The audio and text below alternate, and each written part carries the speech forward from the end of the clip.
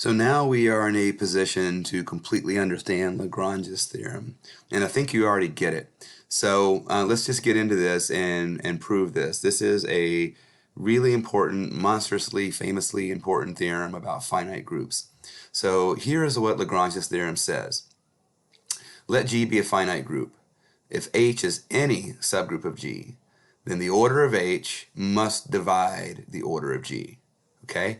Let's get through the proof, and really you've already seen the bare bones of this already, but let's do it. So here's the idea. Well, we know that G is finite, and therefore H has to be finite too, and so must be the total number of left cosets, which we now know is the index, right? We know this has a name now. The number of cosets is the index. So what you do is you write down this is important, are you ready? Complete list.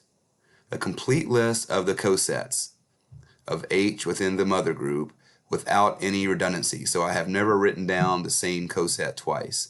Okay?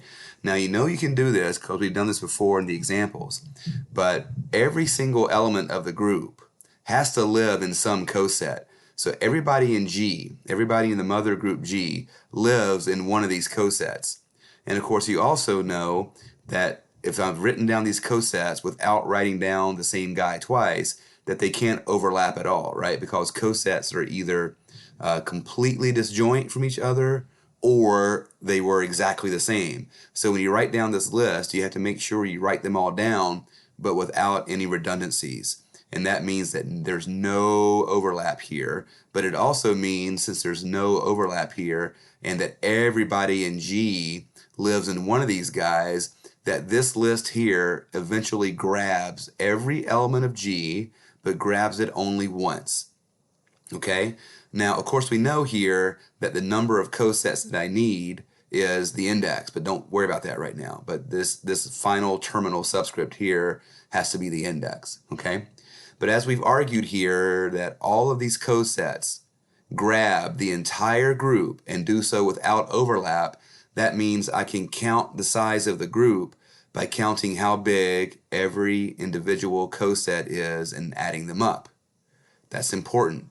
It's important to know that everybody in the group occurs in a coset, but there's no overlap. So the size of G must be the size of the coset for A1 plus the size of the coset for A2 plus ... plus the size of the final coset tagged by AK. But we know even more. We know that every coset has the same size as H. We proved that in the last handout, right? So how big is the coset A1H? Well, it's the size of H. How big is the coset A2H? Well, it's the size of H. ... How big is the last coset AKH? The size of H. So what I have is the size of H added to itself K times. That's called K times H. But this, saying that the order of G is K multiplied by the order of H, is exactly the sentence that the order of H divides the order of G. And that's the proof of Lagrange. Okay? So looking at this, there's an obvious byproduct because this K is not a mystery. That's the index. So what we really learn is that for a finite group G, the G must be finite here, in any subgroup H, the order of G is the same thing as the order of H times the index of H inside G. And that's just a byproduct of this proof, because that K right there is secretly the index. So we're done.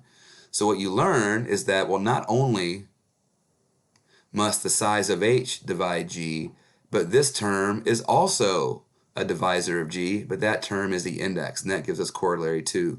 Let G be a finite group. If H is any subgroup, then the index of H and G must also divide the order of the group.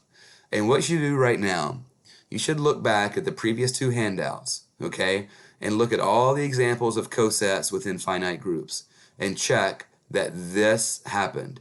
The order of G was always the index times the order of H. Okay? So this theorem of Lagrange has a ton of incredibly important corollaries. I'm not lying when I say it is the first most truly powerful result in the theory of finite groups. So let's take a break, reread this proof of Lagrange until you really get it, And in the next narrated lecture, we'll pick up and look at some applications of Lagrange's theorem.